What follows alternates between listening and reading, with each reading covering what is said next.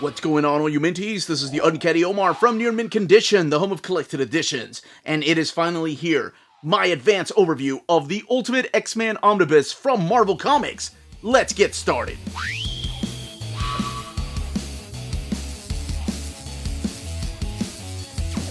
Before getting started with this overview, I want to give a huge thank you to David Gabriel and the fine folks at Marvel for sending us an advanced copy of this omnibus. This omnibus is due out in the direct market and book market on October 25th. And speaking of direct market and book market, what we're looking at here is the standard edition cover. On the left-hand side is your direct market cover, also drawn by Adam Kubert. But if I had to choose between the two of them, the book is called Ultimate X-Men, so that's why I decided to go with this cover. Wolverine is cool and probably the best character, according to the Uncanny Omar, from the Ultimate X-Men lineup, or one of my favorites. So speaking of Ultimate X-Men lineup, that's what we have here. And it's interesting that they decided to go with this particular cover. Yes, I realize those are X's, but that's their Weapon X outfit. So that's interesting because that's from the Return to Weapon X story arc. But regardless, here we have Ultimate X-Men, the logo up there in purple, the Marvel logo down there, and we have Ultimate Wolverine, Ultimate Colossus, Cyclops, Storm, Nightcrawler, Jean Grey, Bobby Drake, Iceman, and Beast. On the spine, right there, is this huge Ultimate X-Men logo, Professor X sitting on his chair right there. I believe that either David Finch or Tom Rainey. I'm going to lean more towards Tom Rainey on that. And Volume 1, that's right, I got to announce a Volume 2. You folks that wanted this book did your duty and pre-ordered it. Here are all the textless covers that are going to be contained in this particular omnibus. The book retails for $125. So this has been previously collected before in Ultimate Editions, which are those big thick trades, in standard size trade paperbacks, and the way that I've had them for years, and I mean years, these right here, these oversized hardcovers. I like the idea of having different colors on the spines, but then they stopped doing that with the fourth volume. So these first three hardcovers are all collected in this omnibus, along with the extras. So let's take a look at this under the dust jacket to see this badass image of the X-Men in front of the Blackbird. One character is missing though. Where's Wolverine? So we are going to talk about the differences, what this alternate reality take is on these classic characters, when all this started, and of course look at the artwork, the build of the book. So let's go ahead and get started with that part of the video. Okay, let's crack this open. You have some yellow, very vibrant yellow end paper there. This picture by David Finch, Ultimate X-Men, who does do some of the artwork in here. And here are your credits and where you're going to find each of these particular creators. Mark Millar, of course, writing the majority of this. But he's also John, Uncanny Omar Talk Pretty one day. Got Jeff Johns on the mind. He's also joined by Jeff Johns in the half issue, and then Chuck Austin writing issues 13 through 14 of this particular omnibus. You have Adam Kubert, Andy Kubert, David Finch, Azad Ribic, a young Azad Ribic, and we're going to look at that artwork and see how different it is. Tom Rainey, Aaron Lopresti, Art Tebert, Richard Eisenoff, Danny Mickey, Chris Bacalo, Dave Stewart, Carrie Andrews, just all these different creators that have just moved on from here and have blown up since then. So yes, this is Mark Millar's baby though. This all took place in 2001. That's when it started. So we'll talk a little bit about the history behind this.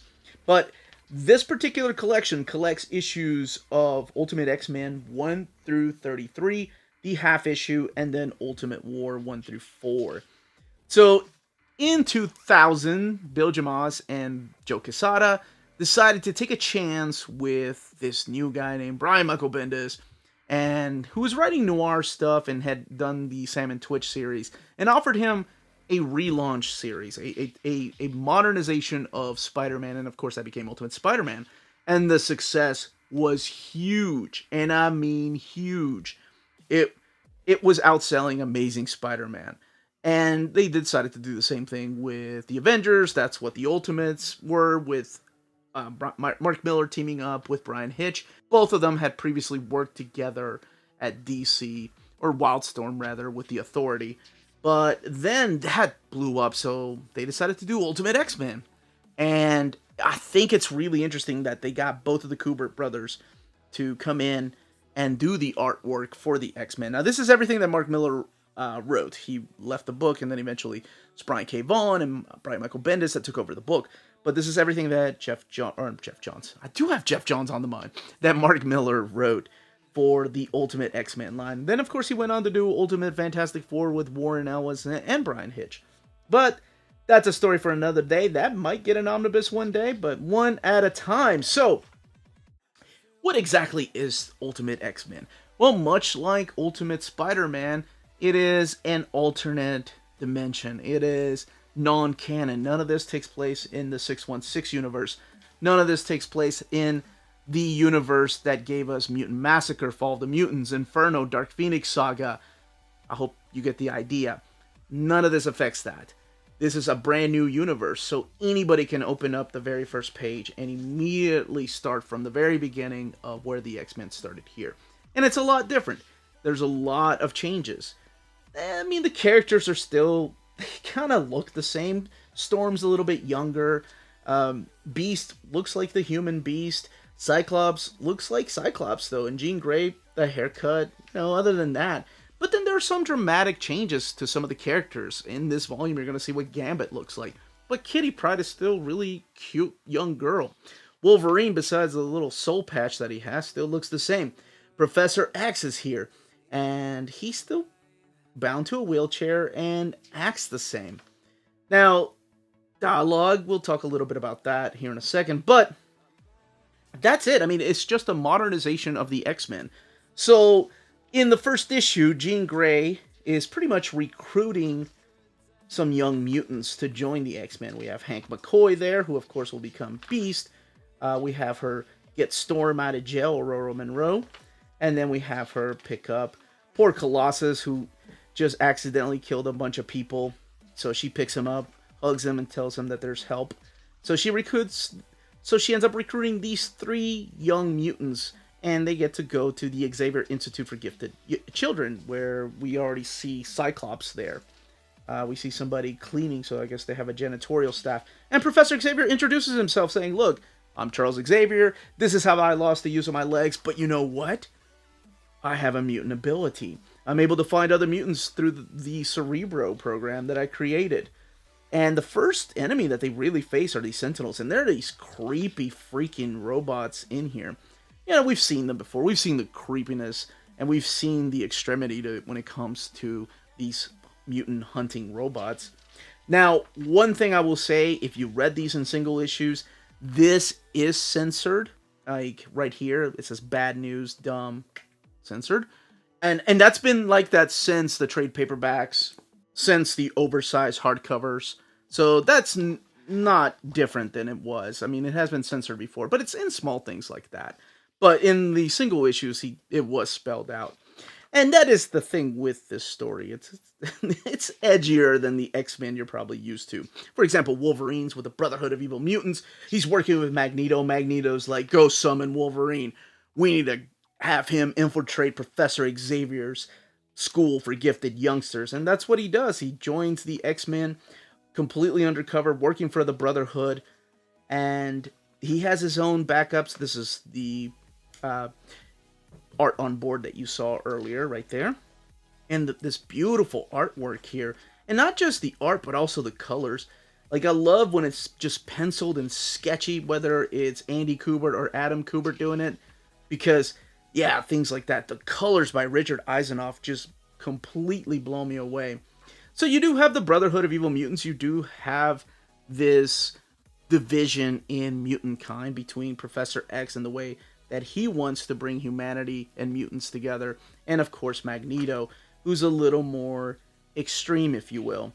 They're familiar characters here. They just look a little bit different. But, I mean, that is Pietro. That's Quicksilver. There's Fred Dukes. Fred J. Dukes. The Blob. There's Toad. There's Scarlet Witch.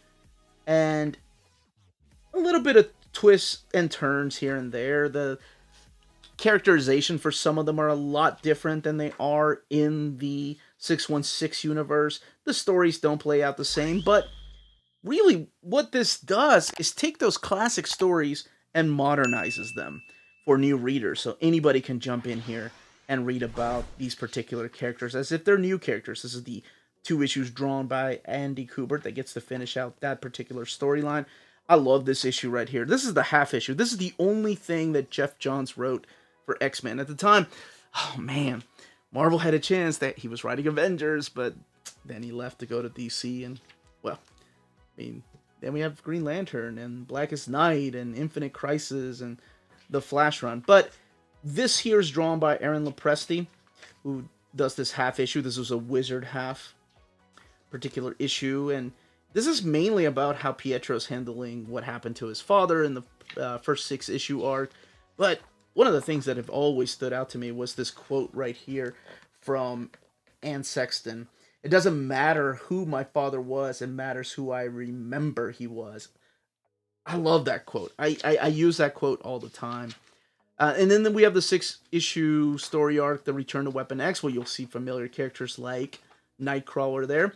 This I remember when I was reading it, like, the first time, just making me feel bad for these characters, because they're kind of in prison against their will, and they are there for a while. This right here is Nick Fury, who comes in all suave with his suit. We have characters like Sabretooth. Rogue is introduced through the series. So, it's a take on these characters, and when you get down to it, you're going to be able to tell who they are. I love this issue right here, because this one is drawn by Adam Kubert, but it's inked by the legendary Joe Kubert, his father. So I love when that happens. I love when father and sons work together, because he's done it with Andy, and he did it with Adam Kubert here. So the flashbacks of Wolverine's story, when he was working with Stryker before the Weapon X project, is all drawn by him and inked by his dad. It's Tom Derenick, I think, doing a fill-in issue. Then we get an early look at Esad Ribbich's artwork. Now, if you're familiar with Esad Ribbich, of course, he's the artist that did the Thor God of Thunder run with Jason Aaron. He did the covers for House of M. So he has this classic, like, painted look to his art. And that is nowhere here. These 2 stories felt really weird, even when I was reading these. I said we're coming out monthly, because this was written by Chuck Austin, and it doesn't feel like they fit in. They felt like this was more of a Marvel Comics Presents or Marvel Team Up or something like that. But it's pretty much a homeless character that has mutant powers, and of course that's Gambit. He faces off against Hammerhead because he's kidnapped this little girl. The X-Men do show up, and then we have the Proteus saga, which is, I think they call it World Tour. We're introduced a little bit to the Hellfire Club. There's Betsy Braddock right here. And I will say the big difference between this and the 616 universe, here's a fill-in artwork by Chris Bachalo, is that they don't shy away from killing characters. There are characters, especially when you get to Ultimatum, and you'll see, there are characters that just stay dead through here. That really surprised me. Here's 2 fill-in issues by Carrie Andrews, who has this anime style at the time. And Carrie Andrews is one of these guys that I think is going to be a freaking just art master the older he becomes. Kind of like J.H. Williams. He's able to change his art style up. And if you have the latest book, that there was a gallery edition that they did of it, it's called Amazing Fantasy. He did that artwork there. He's also the one that did Spider-Man Reign, and I'm not the biggest fan of that story, but the artwork in there has this Frank Miller type of art, and for a reason. In here, it's a very cartoony art style, so he can just change his art style up like that. I respect artists that can do that. I think that is really cool. So we're introduced to the Hellfire... Oh my gosh, the hell am I talking about? Yeah, Hellfire Club through here. They do their own little Dark Phoenix saga. And I say little because just the way it's done is so different than the way that it's done in the classic story arc. Then we have the Ultimates, who are the Ultimate Universe Avengers, meet the Ultimate X-Men. There's this huge fight. And then we have a storyline called Return of the King. And this is when David Finch takes over the book. Now, this is the last story arc that features writing by Mark Miller. He left the book after this. This introduces us to Kitty Pryde. And this is after the Dark Phoenix saga, but it's the return of... sorry, I was just looking at this. Man, that looks really good. The colors in this are really good. They look a lot better than my... I'll do a little comparison here in a few. But they look a lot better than my oversized hardcovers. We do have Adam Kubert come back in for an issue or two. But it's mainly David Finch that does a lot of the artwork here. And then Adam Kubert does a couple of issues to wrap up that story. Now, let's look at the extras in the back. So these are variant covers. These are covers for the Ultimate collections, which sadly have been discontinued. I think there were only, 3 of them. 1, 2, and 3 right there. This one by Lionel Francis Yu. This one here by Mark Brooks. And this one here by Rafael Sandoval. There's articles here by, I believe that's Mark Miller, Bill Jamaz, and Ralph Macchio. And then the sketchbook, which all this has been collected before in those oversized hardcovers, if you have them. And I'm sure in the Ultimate collections. But I love J.H. Williams' designs of like, that would not have flown. Like, I know you want to try to make him different. I believe that's Salvador La Roca here. But J.H. Williams' design is... what? But his design of Jean is solid. He got that right. I like this. Just kidding. It's a joke. Please don't take this seriously. Those are Salvador La Roca designs. Because you do want the characters to be different. There's his goatee. But Randy Green's final take just looks more like our Wolverine. See, this is Gambit by J.H. Williams. That is not the smooth, suave, good-looking Gambit that we are familiar with. So some characters look a lot different. This is the original idea from Mystique, who did not play a part in the first story arc. But some of these characters do come later on. They show up in the second story, or I guess in Brian K. Vaughan's and Brian Michael Bendis' stories. Here is pretty much the script to art page. Again, drawn by Adam Kubert. And then we have some sketch covers here. Yes. See, I love that pencil. And then you had Richard Eisenoff's colors on top of this. I think that is such a cool look. I know some people hate it because that's the way that Wolverine Origin was done. But I thought it was great. I love that. It's just pencils, no inks. And here we have some sketches. Cover pencils for more of the covers. And let's skip a little bit of this.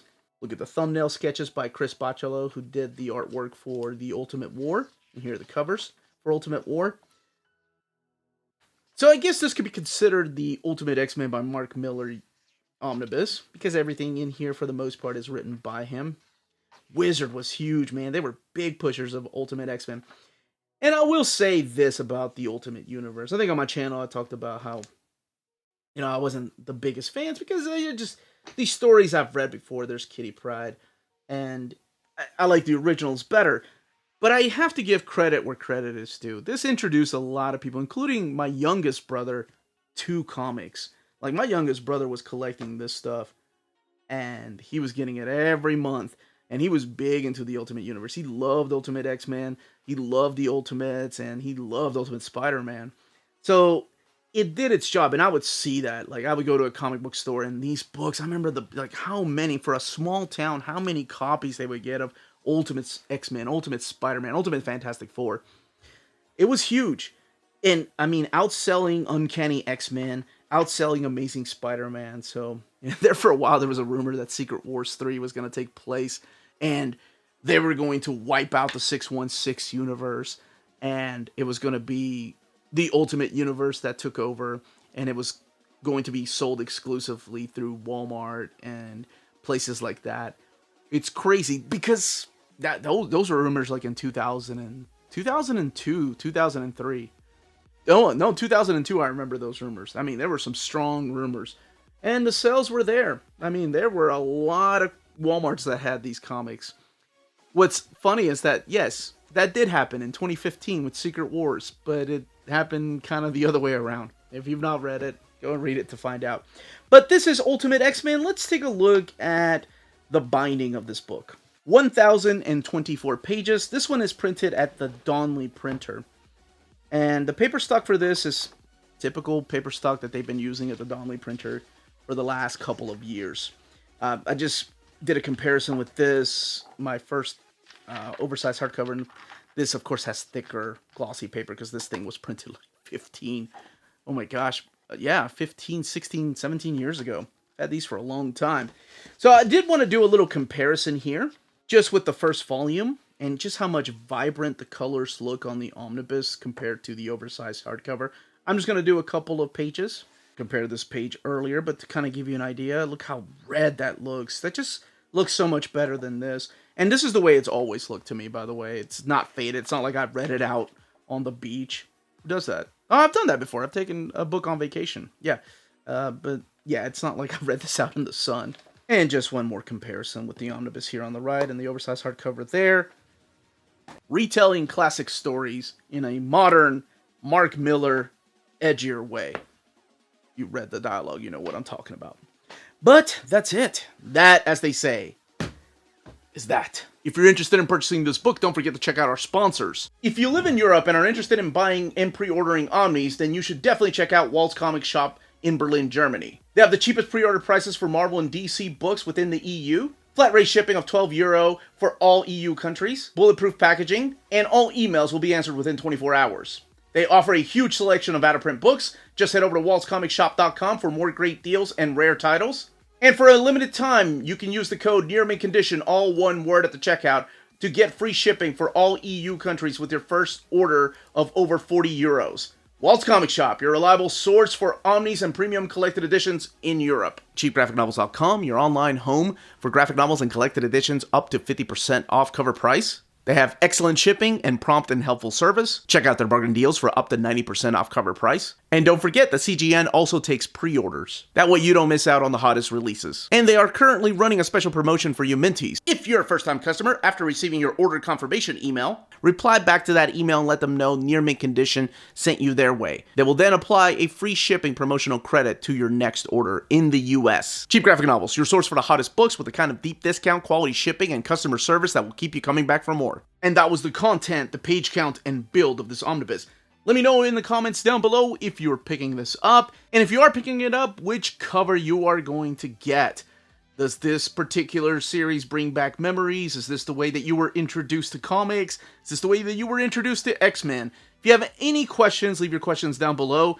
And if you did pick this up, are you also going to get Volume 2? Are you going to see this all the way through to the ending with Ultimatum? But anyway, leave those comments down below. Check out our Patreon and Spreadshop. Amazing ways to support the channel if you can do so. And more importantly, all of you stay healthy and safe out there. Much love.